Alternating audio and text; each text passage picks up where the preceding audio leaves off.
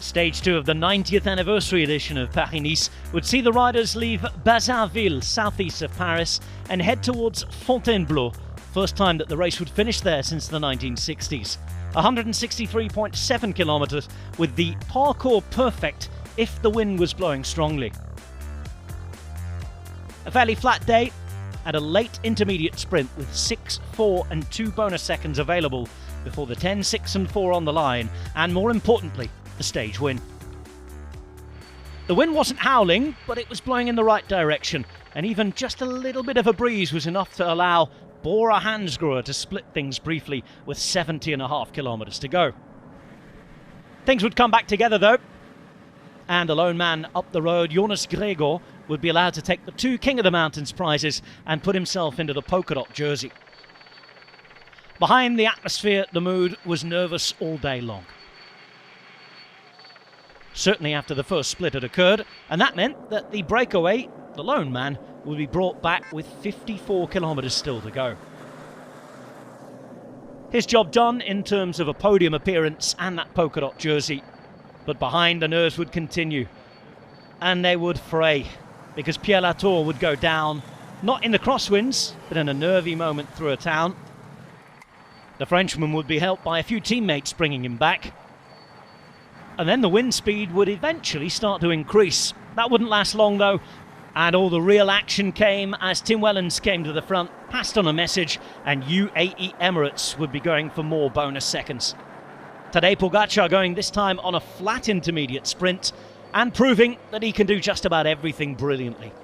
Finishing in front of Michael Matthews and Nathan Verhooydonk, he takes 6 more bonus seconds and very briefly move himself into the virtual overall lead. The 12.5 kilometres that remained passed by very quickly indeed. A crazy downhill run-in with speeds of around 90 kilometres per hour, followed by a couple of traffic islands inside the last kilometre and a half. They caused a crash with all sorts of nerves and moves left and right. The riders down, thankfully able to be getting back up, but seeing riders caught out. Inside the final 500 metres, a roundabout. Sam Bennett losing the wheel of Danny van Poppel. Tim Merlier already caught out by this point as well. Quite a few big-name sprinters not able to have a go. Mats Pedersen was though. For the second day in succession, the former world champion was right up there.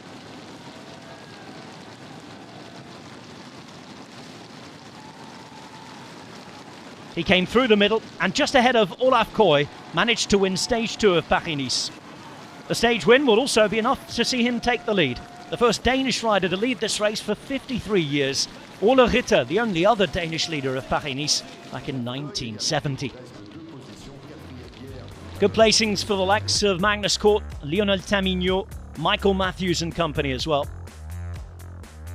Dan McClay with a good sprint for Arker Samsic through the centre. Pedersen, Koy, Kort, McClay, Tamigno in the top 5. Matthews, Vonneberg, Bol, Renard and Demar making up the top 10 on the day.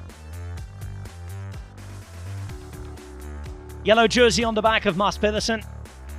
Trek Segafredo in charge, and they'll be last to start as we move to the new team time trial format on day 3.